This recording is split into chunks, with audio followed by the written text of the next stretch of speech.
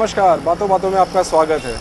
Police commissioner की जो post होती है वो किसी भी शहर में बहुत अहमियत रखती है और ख़ास तौर से नवी मुंबई जैसे शहर में जो well plan 21st century city मानी जाने वाली नवी मुंबई, जो कि मुंबई और थाना से जुड़ी हुई है, काफ़ी सेंसिटिव एरिया भी माना जाता है। और जब कोई नए कमिश्नर आते हैं तो सभी की नज़र उन्हीं पर होती है कि क्या नीतियाँ होंगी और नवी मुंबई उनके अंडर कैसे चलेगी।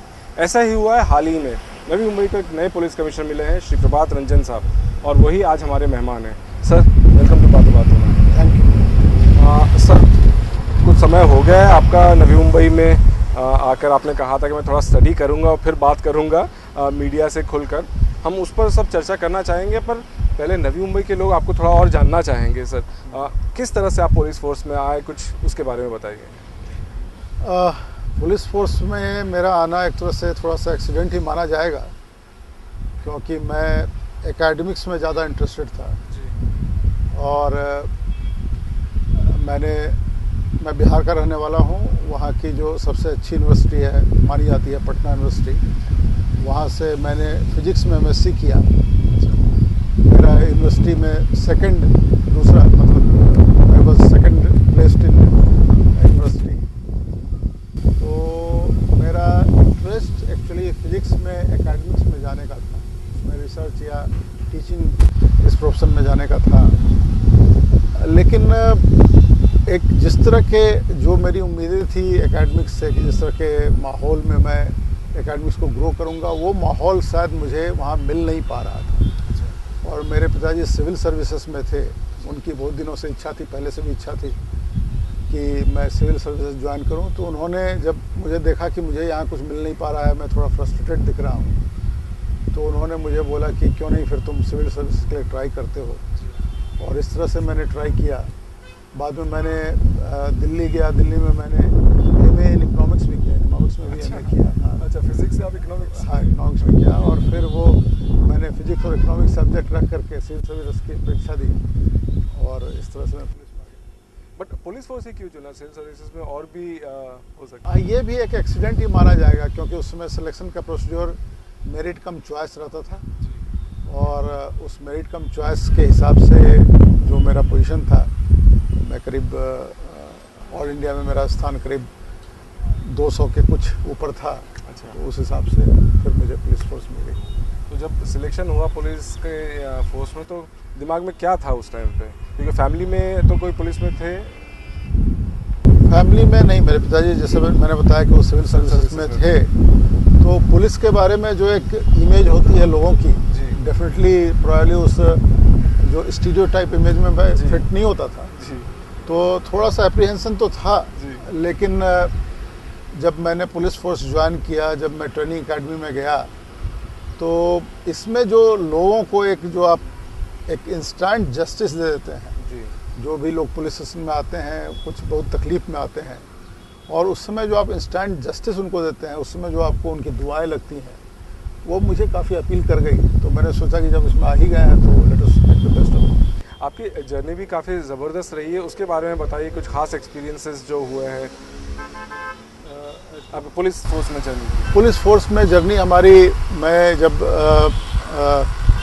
मैंने पुलिस में आने के बाद मैंने जो चॉइस लिया था, उसमें मैंने शुरू के ही चॉइस में मेरा महाराष्ट्र था। उसका कारण ये था कि हमारे मामा जी यहाँ पर उस वक्त काम कर रहे थे ओएनजीसी में। तो मुझे चलो, मैंने बढ़ते समय मुझे कुछ फैमिलिटी लगी। मैं एक दो बार बम्बई आया था उनके पास, तो मेरी मामी भी डॉक्टर थी, तो मुझे लगा कि चलो वो दे देते हैं।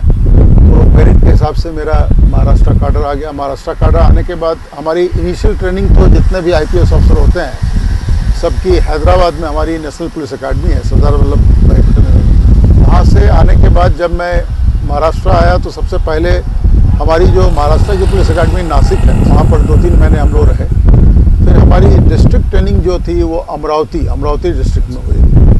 अमरावती डिस्ट्रिक्ट में वो डिस्ट्रिक्ट ट्रेनिंग होने के बाद उसमें हम लोग प्रैक्टिकल एक्सपीरियंस गेन करते हैं। उसके बाद मैं एएसपी के रूप में थोड़े दिन अमरावती और बाद में अलीबाग, जो कि अभी हमारे रायगढ़ डिस्ट्रिक्ट का पार्ट है, तो अलीबाग में मैं एएसपी था। उन दिनों मैं कभी कभी मुझे पनवेल का चार्ज आता था। उन दिनों वो पनवेल का ये पार्ट था, मतलब तो इस वक्त इस वजह से उन दिनों मुझे इस जो पनवेल के एरिया का थोड़ा सा एक्सपोजर था, हालांकि उतना ज़्यादा नहीं। काफ़ी करीब आते थे। हाँ, मैं आता था। तो उस समय एएसपी होने के बाद जब मेरा प्रमोशन हुआ एडिशनल एसपी में, तो मैं नक्सलाइट अफेक्टेड एरिया में मैंने काम किया। गढ़चिरौली में मैंने एक्शन प्लान में काम किया। वो भी एक बहुत ही अलग ढंग का और अच्छा एक्सपीरियंस था, क्योंकि वहाँ लीडरशिप की बहुत ज़रूरत होती है। हाँ, मतलब क्योंकि आपको काफ़ी कठिनाई और काफ़ी खतरा रहता है, तो अगर आप अच्छी लीडरशिप प्रोवाइड ना करें तो आपके साथ के लोग, मॉरल बूस्टिंग बहुत ज़रूरी होती है। तो वो गढ़चिरौली में मैंने काम किया। फिर मैं कुछ दिनों के लिए सोलापुर में एडिशनल एसपी था, और फिर नांदेड़ में भी नक्सलाइट प्रॉब्लम किनवट तालुका में बढ़ गया था। तो उस जगह मुझे मेरे एक्सपीरियंस की वजह से शायद फिर से मुझे वहाँ भेजा गया। वहाँ पर जो एक नक्सलवादी था, जिसके बारे में बाद में पता चला कि वो नक्सलवादी होने का ढोंग करता है, लेकिन शुरू में तो उसने ऐसा समा बांधा था कि नक्सलवादी है। तो उस समय लोग काफ़ी भयभीत हो गए थे और लग रहा था कि यहाँ भी गढ़चिरौली जैसा कुछ सिचुएशन। तो उस सिचुएशन को कंट्रोल करने में काफ़ी हद तक मुझे सफलता मिली थी। बाद में हमारे बाद के जो एडिशनल एसपी वहाँ पर आए, उनके समय में वो उसका इनकाउंटर हो गया उसका, और वो मारा गया। बट करीब करीब हमारे समय में काफ़ी कंटेनमेंट हो गया था, और विद इन फ्यू मंथ्स हमारे जाने के बाद हो गया। तो उसके बाद मैं जब प्रमोशन हुआ तो मैं थाने, एक्चुअली पहले कुछ दिनों के लिए मैं डीटीएस, एक नासिक में एक डिटेक्टिव ट्रेनिंग स्कूल है, उसमें कुछ 3-4 महीनों के लिए गया। थोड़ा सा मेरा जो टीचिंग का ये था वो भी थोड़ा सा वहाँ पर वो इच्छा थोड़ी पूर्ण हुई, और बाद में मैं थाने में डीसीपी बन के आ गया। वो मेरे कैरियर का बहुत ही इम्पोर्टेंट, और आई थिंक मैं अपने कैरियर के हाईलाइट में उसको मानता हूँ, क्योंकि उन्हीं दिनों यहाँ बॉम्बे के राइट्स वगैरह हुए थे। अच्छा, उस समय में उसी वक्त में बॉम्बे के राइट्स वगैरह हुए थे, और बॉम्बे में बहुत ही बुरी हालत थी। ऑलमोस्ट मैं थाने का डीसीपी था, और चेकनाका के बाद मुलुंद का एरिया वगैरह हम लोग देखते थे कि वहाँ बहुत ही ज़्यादा अशांति है, लोग मतलब जलने की घटनाएं वगैरह हो रही हैं। लेकिन हमने काफ़ी हद तक उन दिनों शांति बनाए रखी थाने में।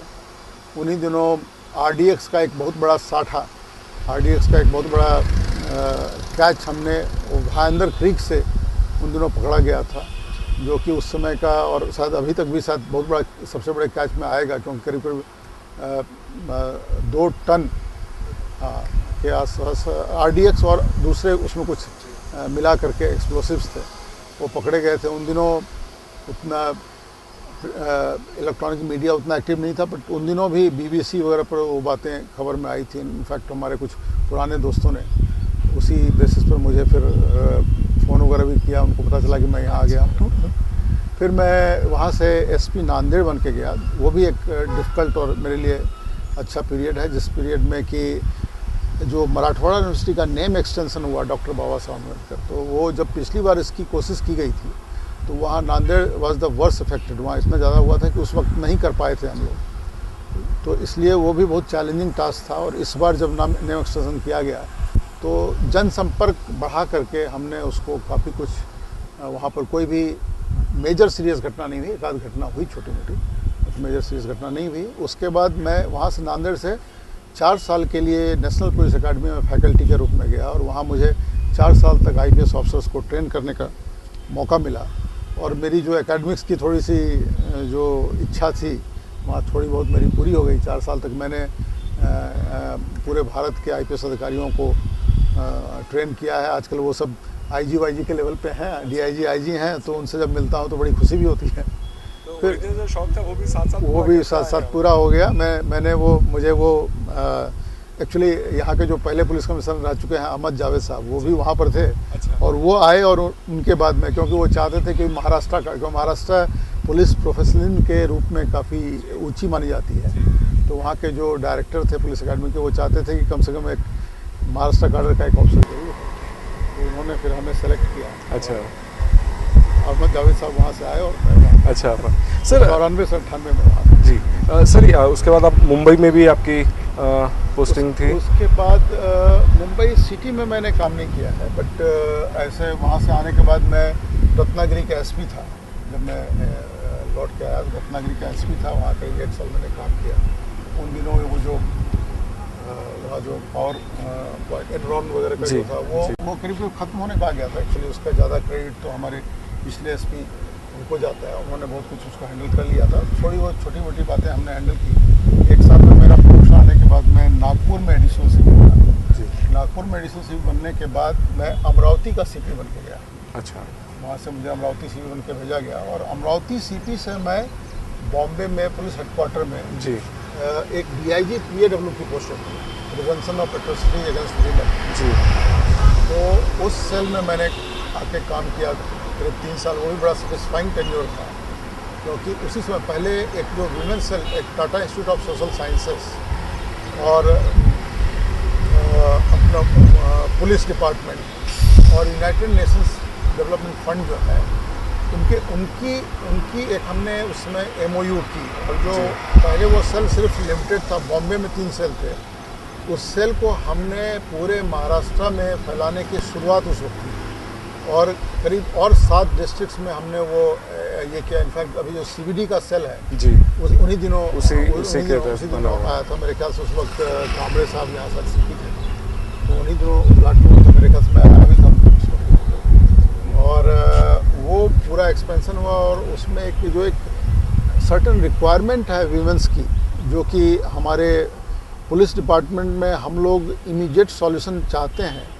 और हम चाहते हैं कि कोई भी औरत के साथ कोई प्रॉब्लम हो तो उसको कैसे भी समझौता करके फिर से वापस उसी परिवार में दे दें जी, क्योंकि हमारे पास कोई ऑप्शन नहीं रहता है कि उसको क्या करें जी। तो उस समय मेरे को समझ में आई कि हर बार ऐसा सॉल्यूशन जो है अच्छा कभी कोई नहीं भी हो सकता है और कुछ ऑप्शंस अवेलेबल हैं। और इसमें ये जो सोशल सर्विसेज वाले हैं जिन्होंने इसमें सोशल वर्क में ट्रेनिंग ली हुई है, वो अच्छा काम कर सकते हैं। तो उस हिसाब से हमने ये वीमेन सेल बनाया और वीमेन सेल का हमने उस समय उसको बढ़ाने में काफ़ी मदद की।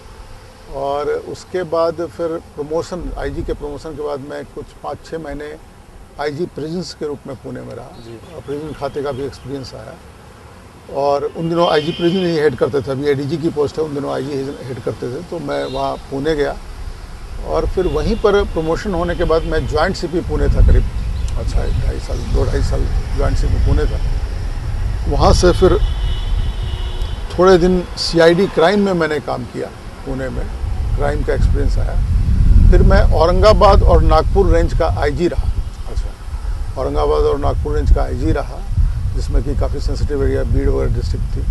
फिर प्रमोशन होने के बाद मैं एडिशनल DG जब बना तो पहली पोस्टिंग मेरी एंटी करप्शन ब्यूरो में बॉम्बे में रही। वहाँ करीब मैं 3 साल रहा। और उसके बाद मैं DG ऑफिस में एडिशनल DG एडमिनिस्ट्रेशन था और वहाँ से अभी सर काफ़ी वेरीड एक्सपीरियंस रहा है, हर डिपार्टमेंट में आपने ऑलमोस्ट सर्व किया। एक बात पूछना चाहूँगा आपसे, नवी मुंबई की जो हिस्ट्री रही है, ये अक्सर देखा गया है कि जो IPS ऑफिसर्स हैं वो कुछ कतराते हैं नवी मुंबई में CP बनकर आने से, और या तो ट्रेनों से जल्दी चले जाते हैं। इस तरह के काफ़ी इंसिडेंट्स हुए। तो आपको जब कहा गया कि भाई आपको नवी मुंबई का पुलिस कमिश्नर बनाया जा रहा है, तो आपके दिमाग में क्या है? नवी मुंबई से कतराने का कारण ऐसा हो सकता है कि जो कि कमिश्नरेट थोड़े बड़े कमिश्नर, ये ADG लेवल में सबसे यंग कमिश्नरेट है, तो हो सकता है कुछ ऑफिसर्स को ये बातें बहुत चैलेंजिंग न लगती हों। हाँ, ये चैलेंजिंग लगती हों। यहाँ इतना चैलेंजिंग न लगता हो, क्योंकि by and large law and order के रूप में भी किस्मत से यहाँ की जो जनता है काफ़ी समझदार है। जो मेजर कम्युनिटीज़ हैं उनमें आपस में काफ़ी नज़दीकियाँ हैं, इसलिए वैसी प्रॉब्लम नहीं होती है। लेकिन इसको मैंने डिफरेंट वे में लिया। जहाँ पर आपको लॉ एंड ऑर्डर की प्रॉब्लम नहीं हो, वहाँ पर आपको पुलिसिंग की क्वालिटी बढ़ाने में मदद मिलती है। अगर आप लॉ एंड ऑर्डर में हमेशा बिजी रहें तो आप हमेशा फायर फाइटिंग करते हैं। आप सिर्फ फायर फाइटिंग करते हैं तो पुलिसिंग की क्वालिटी में इम्प्रूवमेंट नहीं आता है। तो मुझे शुरू में ऐसा लगा कि शायद मेरे को एक छोटा कमिश्नरेट दे दिया गया हो, ऐसा एक फीलिंग। क्योंकि एक बात कितना भी हो तो जैसे अगर सब लोगों को ऐसा लगता है तो आपको भी थोड़ा लगना कभी कभी नेचुरल हो सकता है, क्योंकि ये वो एक जिसको बोलते हैं एक फेलो फीलिंग बोलिए या एक मतलब हर इसमें होती है। बट जब मैंने इस बात को ठीक से एनालाइज किया, मैं जब यहाँ आया तो मुझे लगा कि ये एक ऐसा शहर है जहाँ पर कि काम करने का और अच्छा काम दिखाने का, क्वालिटी वर्क करने का बहुत स्कोप है। और अब मुझे ऐसा लगने लगा है कि शायद ये यहाँ जो पोस्टिंग हुई ये शायद एक ढंग से ज़्यादा अच्छा है, क्योंकि यहाँ मुझे अच्छा ज़्यादा काम दिखाने का, क्वालिटी इंप्रूव करने का और पुलिसिंग। और ये शहर बहुत ही अच्छा है, लोगों में आपस में बहुत ज़्यादा मतलब यहाँ के लोग ऐसे हैं जो आपस में एक दूसरे से काफ़ी नज़दीकियाँ मेंटेन करते हैं, एक दूसरे को अप्रिशिएट करते हैं। तो मुझे लगा कि इस शहर में अगर किसी ने अच्छा काम किया तो उसको लोग अप्रिशिएट करेंगे। तो अभी मुझे लगता है कि शायद ये एक गुड लक है कि मुझे यहाँ पोस्टिंग मिल गई। चलिए, बहुत अच्छी खबर है कि कमिश्नर साहब को नवी मुंबई पसंद आ रहा है और वो यहाँ रहना चाहते हैं। साथ सर से हमारी बातचीत जारी रहेगी एक छोटे से ब्रेक के बाद, आप कहीं जाइएगा नहीं।